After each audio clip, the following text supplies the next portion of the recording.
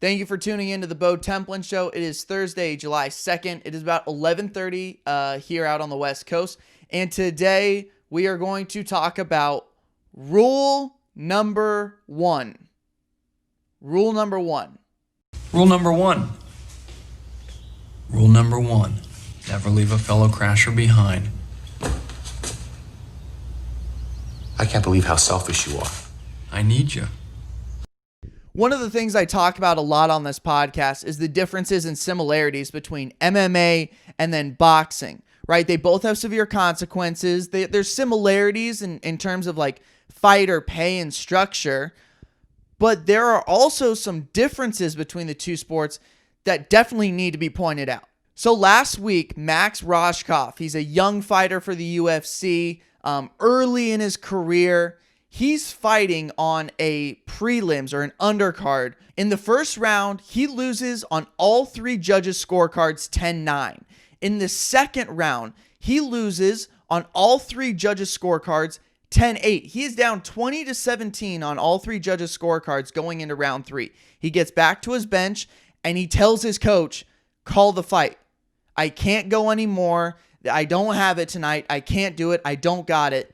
Call the fight. Call the fight. Call it. Listen. Call it. Huh? Call it.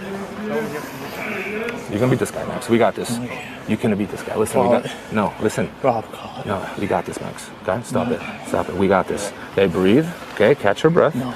We're gonna beat this guy. Call Keep it. it on your feet, you're gonna clinch. No, call it. Promise me. Call it. You sure you're gonna lose, Max? Yeah. We got I this. don't want Max. to do this anymore. No, we got this, Max. No, I don't. You're a champion. I don't have it. You're a champion. Stop it. I don't have it. Stop it. You're a champion. You're a champion. We're gonna Call it. finish this round on top of it and with precision. Call Okay? it. Get on top of him. Out wrestle him. We got this. One good right here. And he says it 9 times. Not once, not twice, not 2 times, 3 times. 9 times is how many times that he says it to his coach, Robert Drysdale, who's a former fighter himself. And I think we should value his opinion when it comes to this conversation. Him and his coach, Robert, they have a back and forth conversation during those 60 seconds. And ultimately, the Nevada State Athletic Commission is the one who steps in and says, Max, are you okay to fight? Do you want to go back out there? He tells him no. The fight's called off. Okay, so those are important details when considering this whole discussion. So knowing that he's down 20-17 on all three judges' scorecards, knowing that he is a young fighter and has many more fights ahead of him in his career, and just to add on to it, he took the fight on 5 days' notice. He didn't know 7 days prior, he didn't know that he was going to be fighting. Considering all of those things, the fight has to be called. The coach, the corner, they have to throw in the towel. And that's what we're going to talk about today, is when to throw in the towel. I opened up this episode by talking about rule number one. Rule number one. And if you're the coach and you're the corner, it is to protect your fighter at all times, at all costs, whatever it takes. You protect your fighter. That is your job. That is the number one priority. And then if you're a fighter, rule number one is to protect yourself at all times. You got to go into the ring. The hands stay up. You protect yourself. You don't care about anything else. Just keep the hands up. Protect yourself at all times. That is rule number one. Now, I do think there are times where in a heavyweight championship bout, your fighter's gassed. They're battered. They've gone through hell. And it's maybe late in the fight and you're just trying to push them through. You're trying to give them the Rocky speech, the motivational pump up in the final minutes of the fight. But it's nothing compared to what you've done. You taught me how to fight again, and I'm going to go home and I'm going to fight this thing. But if I fight, I want you to fight too. I want you to go across this ring and knock that son of a bitch down. Can you do it? Teddy Atlas is one of my favorite trainers in all of boxing. He's a great voice for the sport. He's a great guy to have teaching young people like myself about the sport of boxing. And he is known for giving some of the best corner speeches in the sport. When this fight originally happened, I was really upset. I was concerned. I thought that MMA had had a problem and that we were going to be able to point it out. And as I've distanced myself, I no longer feel the same amount of conviction that I did 2 weeks ago when it comes to Robert Drysdale, the coach, and what his thoughts were. Because he stands by what he said. He said, I was trying to give my kid, my player, a mental push. And I understand that. It's not like he was knocked out. You look at what happened just a few weeks ago with Anthony Smith, where his teeth are falling out mid-fight. The fight should have been called way earlier. The coaches could have thrown in the towel. Anthony Smith tells his coaches, do not throw in the towel or you get fired. That is how this deal works. Oddly enough, you see coaches and corners throw in the towel all the time in boxing. It is consistent.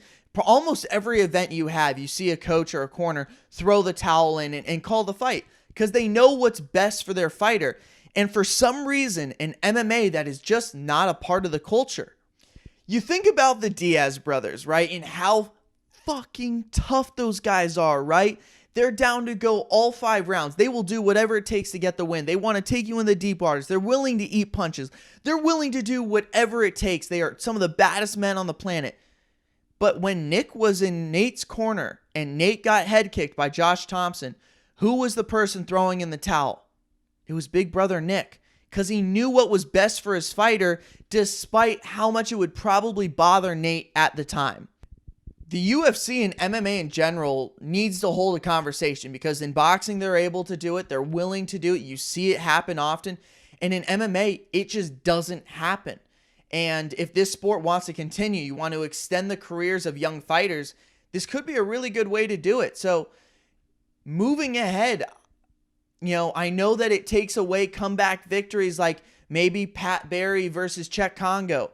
Maybe those comeback wins don't happen, but you're talking about the 1% of the 1%. And I'm personally willing to not see that 1% comeback if it means we get to save the career of tens of hundreds of other fighters and we get to see him fight more. 15 years ago, we saw Floyd Mayweather take on Arturo Gatti. And while growing up, Arturo Gatti was one of my favorite fighters to watch, I have a really hard time looking at his fights now, knowing the complications that he faced with his boxing injuries after his career was over, and it clearly led to his passing. At the time, he paid a tremendous price. His face was battered. He would broken bones, bruises, shattered ribs, whatever it may be. But he paid an even greater price once his career was finished. And to think about the price that he paid after his career, now that we're 15 years removed, if you could go back in time and throw in the towel on a couple more Arturo Gatti fights, maybe he's still alive today. Maybe he's still with his family. And that's the conversation that we're trying to have when it comes to throwing in the towel. When your fighter says he can't do it, when he says he can't continue, and he says it 9 times over and over and over again, you got to throw it in. You have to throw in the towel. It is not your job, not your responsibility to push him to the brink. It is your job to protect the fighter at all times. So what do you guys think? Am I off here? Do we need to let the fighters fight? Do we need to trust the coaches that they know their fighters better than anyone else? I don't know. I would love to see these fighters' careers last longer, be a little bit safer, be a little more calculated with the way we do things. And if they're able to do it in boxing, which is as sleazy, as slimy a sport as any, I think we're going to be able to see it in MMA, and it's going to be okay. July 11th, we've got some crazy fights coming up.